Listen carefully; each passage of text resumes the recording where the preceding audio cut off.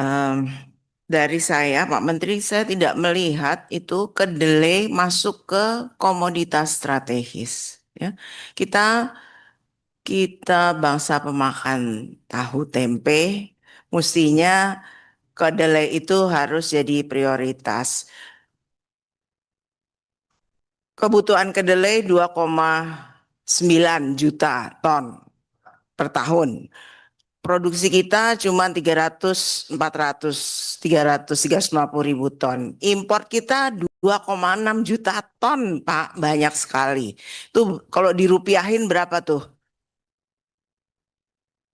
Banyak sekali, triliunan ya, Pak. Nah, ini kan kita konsentrasi juga. Sekarang kami mengapresiasi Kementerian Pertanian sudah bisa swasembada beras, kemudian sudah bisa swasembada jagung. Tolong ke depan swasembada kedelai. Dulu Bapak punya program Pajale. Ya, coba dihidupkan lagi gimana itu supaya ke depan jangan import 2,6 juta itu malu Pak kita makan tempe masuk setiap tahun import segitu. Ya. Kemudian tadi saya setuju dengan Bu Endang untuk sorghum itu pengganti gandum ya Pak ya itu juga dipelajari lagi bagaimana kita meningkatkan produksi sorghum itu karena bisa juga untuk bioetanol, kemudian ini gluten free pasti ke depannya itu kita harus ke situlah memperhatikan untuk kesehatan itu. Kemudian mengenai tenaga peneliti, kami mendorong, menghimbau supaya Kementerian Pertanian mengajukan agar tenaga-tenaga peneliti yang ada di Kementerian Pertanian yang kemarin ditarik ke BRIN itu dikembalikan lagi ke pertanian. Ini akan kami masukkan ke kesimpulan ya. eh, Agar peneliti-peneliti ini lebih dekat dengan kebutuhan-kebutuhan dari kementerian apa saja yang dibutuhkan gitu. Kalau di biarlah yang BRIN itu meneliti yang besar-besar aja, tapi yang detail-detail di kementerian dan lembaga masing-masing. Saya rasa itu mohon tadi dijawab yang tadi pendalaman. Makasih Ibu Ketua. Izin Pak Ibu Ketua, sorghum kami siapkan 5.000 hektar uji coba. Sebenarnya pertimbangan kami kenapa gandum, karena Brasil sudah berhasil dengan produksi 9 ton dan agroklimat kita mirip. Nah, kami berangkatkan delegasi, terus kami dampingi Bapak Presiden ke Jordan juga uh, gandum di sana sudah bagus. Jadi dua-dua kita ada 5.000 sudah. Uh, Kedelai masuk kok. Sorghum itu untuk di ketinggian berapa aja kan? Kalau kalau gandum. Gandum, Bu. Gandum itu ketinggiannya 1.800 ke atas. Nah, kami Nah, dapatkan kalau sementara kalau sorghum bisa di bisa, bisa. lebih lebih Ya, bagus mestinya lebih merata di seluruh ya. Indonesia. Hanya impor ini karena 12 juta ton, Bu. Seperti kedelai. Ini lebih tinggi lagi. Impor kita gandum itu 12 juta ton. Nah, ke depan. Maksudnya gini, bertahap ke depan supaya konsumsi gandum ini sedikit-sedikit kita Ya, kurangi masuk sorghum ke kita. sorghum Ya, gitu ya. Kasih. ya. Kemudian tenaga peneliti, terima kasih Bu, kami butuh banget. Kenapa? Kantor-kantor kami, lab-lab kami itu tidak dimanfaatkan sekarang. Dan itu, maaf, pandangan kami itu harus dikembalikan. Karena plasma nutfah kita hilang. Benih-benih kita, benih unggul kita hilang. Nah, kemudian Pak Daniel, nanti kalau ini benar, insya Allah kami keluar dari sini, izinnya kami cabut. Jadi kami sudah cabut 2.000. Eh, izin Bu Ketua, kalau tidak gitu, ini biasanya tim sukses jadi penjual pupuk. Nah, biasanya semena-mena. Jadi dari pusat kami online langsung dicabut, Bu. Tidak bisa menjual. Jadi kalau kami telepon, SMS di rootnya pengadaan langsung dicabut, Bu. Yang penting kami sudah catat, tapi jangan sampai salah, Pak. Nanti di sana ribut. Karena kalau saya keluar sudah langsung dicabut. Sudah 2.000 lebih kami cabut, Bu. Kedelai sudah ada 73.000 ya. Ada rancangan Bu, tapi belum seperti kita sudah pembahasan. Kami sudah ratas 2 kali Bu. Ada program tanah-tanah yang kita mau tanami itu sangat luas, tetapi nanti kami laporkan lagi Bu setelah fix semua dananya, anggarannya dan seterusnya. Tetapi sudah 60-70%. Nah, kalau yang ayam sudah FS-nya, pra FS sudah selesai. Kalau ini kedelai masuk prioritas Bu. Izin Bu Ketua, kedelai ini sudah ada ahlinya Pak, yang sekarang nganggur, Pak Sumarno. Itu ahli kedelai Pak. Kami sudah bawa semua Bu. Baik, Sudah terima berkantor kasih. di kantor. Bawa, malah kita rapat di ratas ikut semua. Ada Pak Agus, ada Pak siapa Pak Sumarno. Udah kita semua yang mengatakan jago Bu, aku biayai. Jagoannya tolong praktekkan. Jadi jagoannya itu dipraktekkan. Kami kasih 1.300 hektar Bu.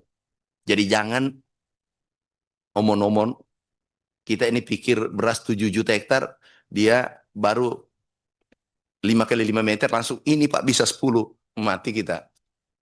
Bisa 10 ton, 20 ton. Nah itu yang menyiksa saya Bu. Yang meneliti 2 kali 2 meter itu, 10 kali 10 itu yang siksa kita. Tapi semua saya sudah kumpul, saya sudah panggil Bu. Bapak sudah oke Bu. Bapak Presiden sudah memprogramkan, sudah. Bu Ketua, izin Bu Ketua. Pak Menteri lupa tadi stabilisasi harga singkong Pak. Mungkin bisa dibicarakan Pak Menko. Sebenarnya tertulis tadi, itu kami rataskan karena kami yang undang semua pabrikannya dengan seperti susu kemarin.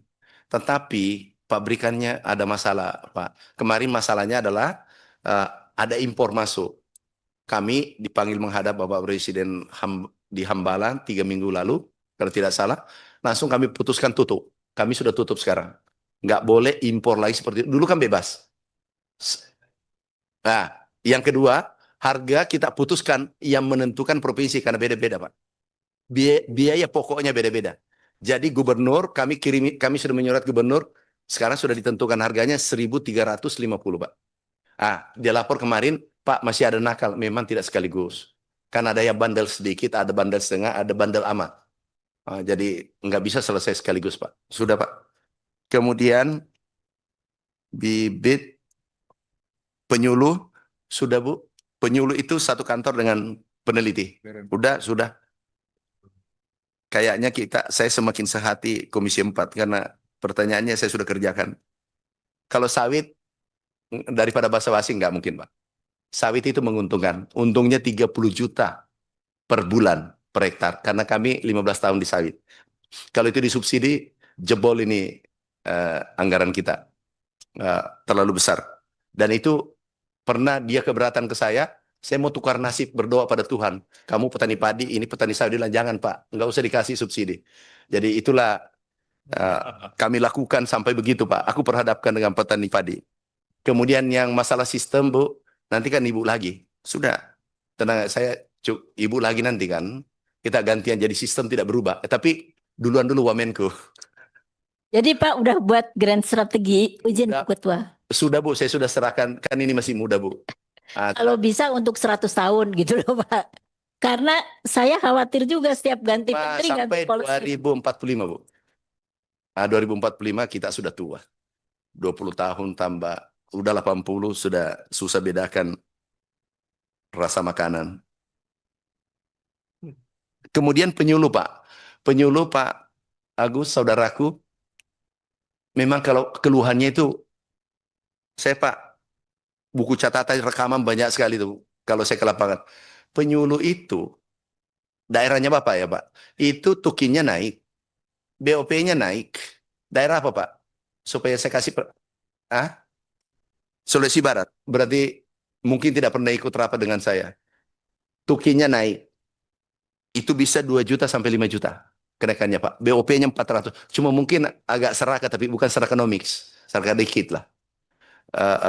Karena kami penyuluh dulu Pak. Gaji saya 125.000 per bulan bersih. Semua sudah ada. Naik motor campur jalan kaki. Dan perbatasan Filipina Pak. Saya tugas. Jadi aku tahu Kalau itu besok lagi, lain lagi diminta itu Bu, Pak Agus. Jadi sampaikan salam hormat saya. Nanti kalau perlu saya panggil ketuanya khusus. Jangan minta lagi kepada Pak Agus, minta ke saya langsung. Biar saya mutasi. Enggak, aku main-main. Terakhir, UPT.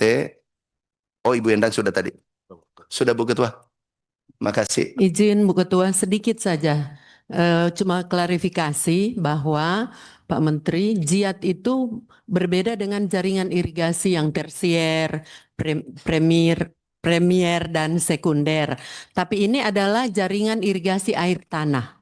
Jadi dia dibangun tower, lalu Iya. atapnya ada, ya. Beda, Bu, beda. Jadi berbeda, Irpom Pak apa? Menteri.